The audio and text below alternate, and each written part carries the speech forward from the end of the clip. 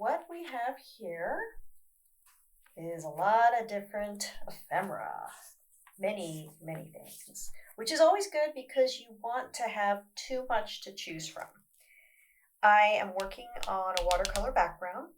I am not going to paint the watercolor on yet. I want to build my collage first and then apply it to this background. And that's going to be a whole other portion of this video. So what do we have here? Many things. I love interior design magazines when I can get something that's kind of an interior design element to it. As you know, I love mixing up my magazines, my ephemera, getting something that's kind of vintage looking, pairing it with something more contemporary. This might be a lot of fussy cutting if I do indeed go for it with these little cluster of cats. And then your good old-fashioned earthen tones and circular feel to them, and something that's a little more human body-esque, if that's a word. Something else that was a fussy cut, again from Interior Design Magazine. Monday. So let's see, we also have this. It is our focal point. I'm going to work with her today. She was in a magazine, and as you can see, this is where the page was. So it was a full spread, but it was separated. Now, I kind of like the way that this is speaking to me. So I'm thinking of sectioning this subject off and working with that. I also had these cones. They may play a role in this collage. You never know until the very end. I love how this one basically just fits in the corner here, nice and clean. So I am going to go ahead and get started. We have a nice palette going on. Again, earthen tone. I love earthen tone because what that's going to do when I get to choosing my watercolor background for this, I have a bit more variety, or I could go something that's very pastel. I can go for maybe a brighter color. Or maybe I won't like how it turns out at all and we'll just do something in Photoshop. In the meantime, we're going to go analog and start cutting.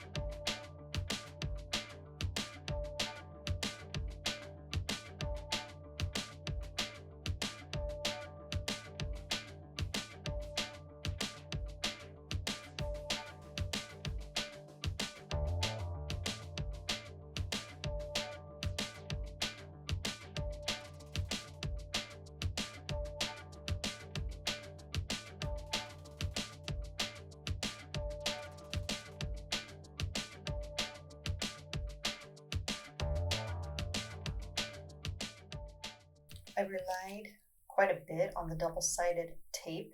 It is super convenient. I just feel I currently have issues with some of the craftsmanship. I like cutting off smaller pieces and saving those little pieces off to the side, but I'm discovering the tape gets dirty and I don't want it to I don't want to get schmutz on my collages. We are done. I am going to actually cut this little bit of Monday off. I didn't want to, but at the same time, cropping that, it's not a big deal because it's still going to read as Monday. It should. Anyway, I think I'm just going to fold it over. There's really no need to cut it. It's going to get cropped anyway once I scan it into my computer. And of course, I did rely just a little bit on some glue. I'm actually seeing a spot that needs some more adhesive. I also did not use some of my fussy cuts. I was going to use this. I was playing with this a lot and I did not use it. I did not use the kitties that I carefully cut out. I wanted to add them in there somehow and just wasn't going to happen. I guess I could put it like somewhere like here, but there's no point. I wanted to keep this smaller. Remember, we had legs going on with this piece, and ultimately I decided it was too much. I was going to have to use a larger picture plane. Nothing wrong with that, but I didn't feel like making a big collage. So I'm just adding a little bit of glue here just to paste that down, and maybe a little bit here. It'll be fine once it's on the computer, on the scan bed, and then I can work with it there. Double-sided tape, yeah, it is a great tool. I really like using it, especially if I just want to get things started.